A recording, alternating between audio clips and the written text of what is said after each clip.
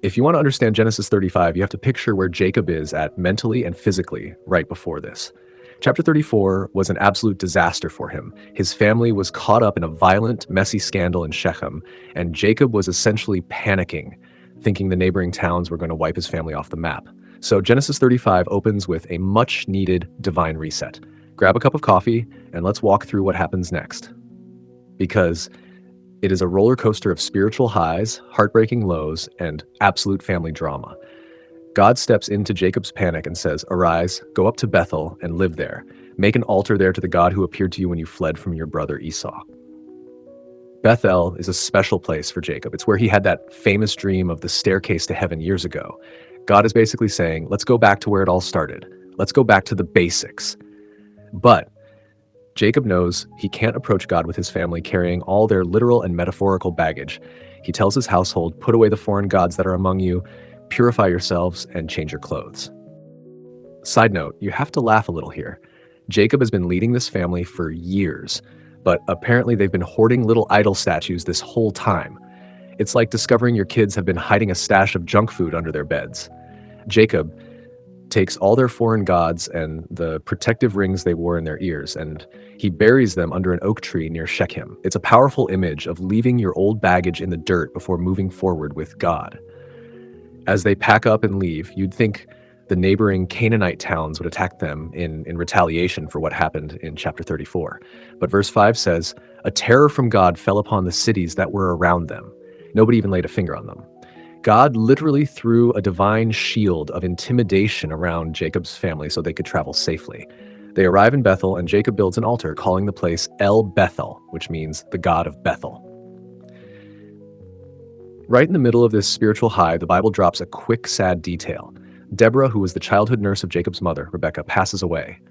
They bury her under an oak tree below Bethel, and they name it Allon Bakuth, which translates to the Oak of Weeping. It's a short verse, but it shows how loved she was. God appears to Jacob again to confirm the promises he made to Abraham and Isaac. God officially confirms Jacob's new name. "Your name shall no longer be called Jacob, but Israel shall be your name." God promises that a whole company of nations and kings will come from his family line, and that the promised land is officially his. Jacob is so moved that he sets up a stone pillar, pours a drink offering and some oil on it, and rededicates the place. It's a massive, validating moment for him. He is no longer the deceiver, Jacob. He is the one who wrestles with God, Israel.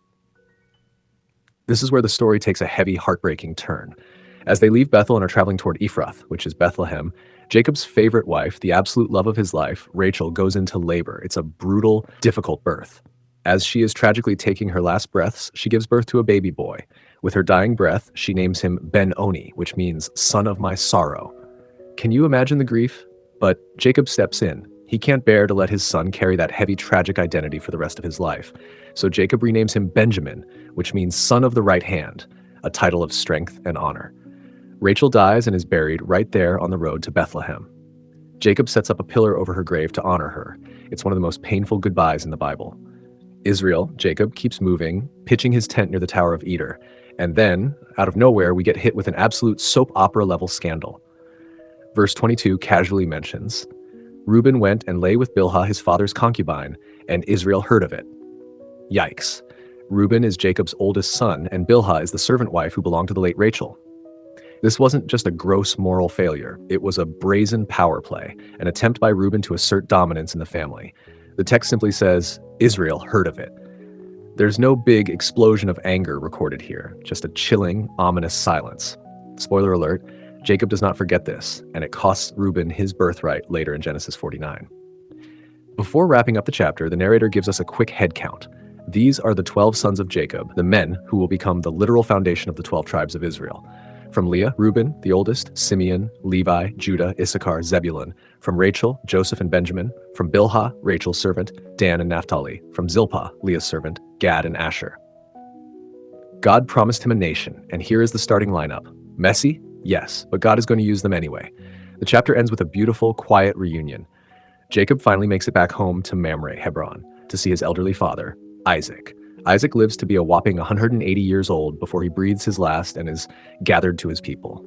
And in a scene that brings beautiful closure to a lifetime of sibling rivalry, his two sons, Esau and Jacob, come together side by side to bury their dad. Genesis 35 is basically life in a nutshell. You have moments of profound spiritual clarity and divine protection, mixed right alongside devastating grief, family dysfunction, and the loss of loved ones. But through it all, God's promises remain remarkably steady. He doesn't abandon Jacob when things get messy. He just keeps moving him forward.